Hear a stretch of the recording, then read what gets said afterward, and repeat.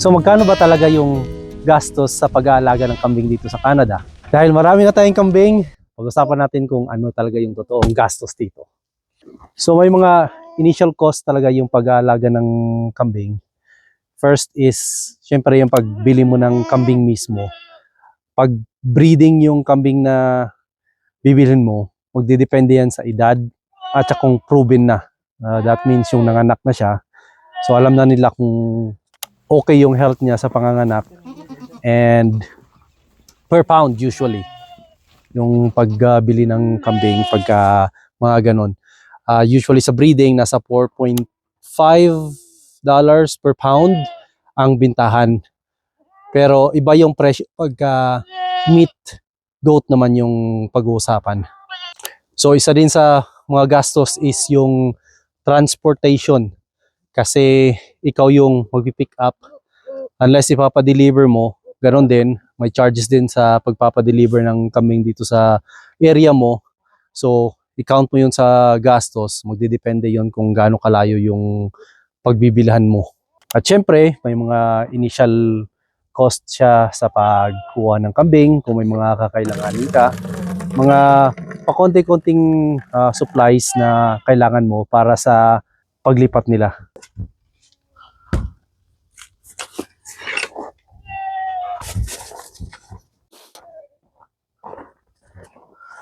So sa shelter naman, hindi mo kailangan maging komplikado. Actually, shelter ito ng kambing pagka summertime. Kasi nakaseparate yan sila. May dalawa tayong shelter na ginagamit, yung nandoon sa winter. Ito yung ginagamit ko sa summer para sa isang side. Normally, dito sa Alberta, naka-face lang yung shelter namin sa south para maprotect siya sa wind na malamig galing sa north. Kaya ito facing south siya, and then may 3 sides lang tayo na covered. As long as wala sila sa element,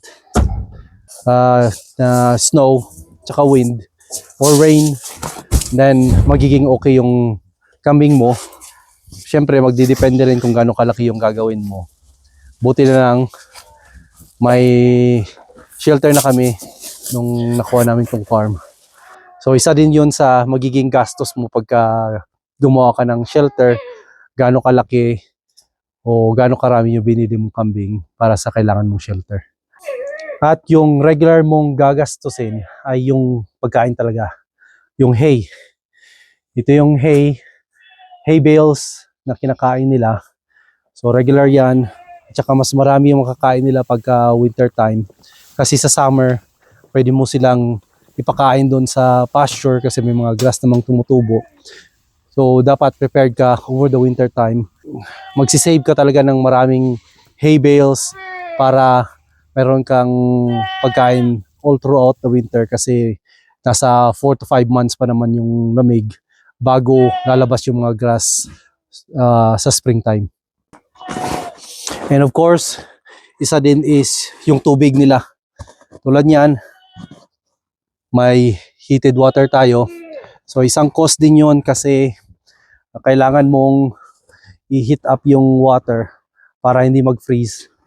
So hindi lang siya regular water yung bibigay mo, heated. Isang malaking gastos din yun kasi all throughout the winter, pine-prevent mong mag-freeze yung water. So isa din talaga sa hindi na mention sa mga nag-aalaga ng kambing is yung hidden cost. Kasi yung mga hidden cost is yung mga maliliit na bagay na kailangan mong bilihin, like cleaning supplies, yung mga tools na kakailanganin mo, yung fork, bucket. Kasi yun ay mga maliliit na bagay na binibili mo pa konti-konti. Siyempre nasisira din all throughout the winter, especially madaling masira yung mga tools. So sa fencing, ganoon din, siyempre nagre-repair ka, kailangan bumili ng supplies. Yung mga ganoon na pa konti-konti, pagka lagi kang nagre-repair o lagi kang nag-change ng gamit, siyempre dagdag din yun sa gastos mo. So i-account mo rin yun sa total cost mo talaga sa pag-aalaga ng kambing. And of course, huwag mong kakalimutan yung mga medicine nila. Kailangan mong i-deworm every spring, summer, and fall. Regular yun kasi piniprevent mong magkasakit yung mga alaga mo. Isa din yun sa mga gastos kung kailangan mong bumili ng vitamins nila, yung mga mineral block na medyo kamahalan. Isa din yun. So, i-account mo yun sa mga gagastusin mo. So, yung mga gastos na ganito ay magdidepende talaga sa location mo. Hindi siya exact amount, pa-iba-iba. Especially, malaki yung Canada. So, yung mga gastos mo, hindi pare-parehas. Okay. Ito naman ay boar. Yan ay boar na breed. Ito yung mga malalaking kambing. Ito sila. Yan.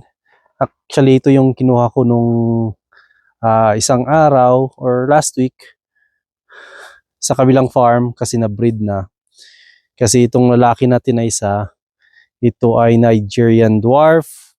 So, yung iba ang binibreed niya yung Nigerian dwarf din. Siguro, ang pinakamalaking gastos or hindi naman sa gagastos, kundi yung allocation mo ng time dito sa pag-aalaga sa kanila.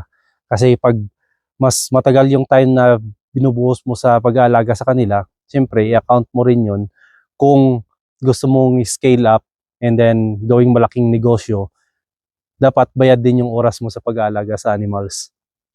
Siguro overall din, pag nag-i-enjoy ka sa pag-aalaga ng animals mo, kasi kami dito, maraming alaga, hindi mo siguro i-account yung time mo kasi nag-i-enjoy ka na naman. Pero at least bayad ka sa pag-alaga mo sa kanila or mababawi mo yung gastos mo sa pag-aalaga sa mga hayop. Gutom mo hindi? How about you, big baby? Gutom mo hindi? Hindi ka naman nata gutom eh. Namiss mo lang ako eh.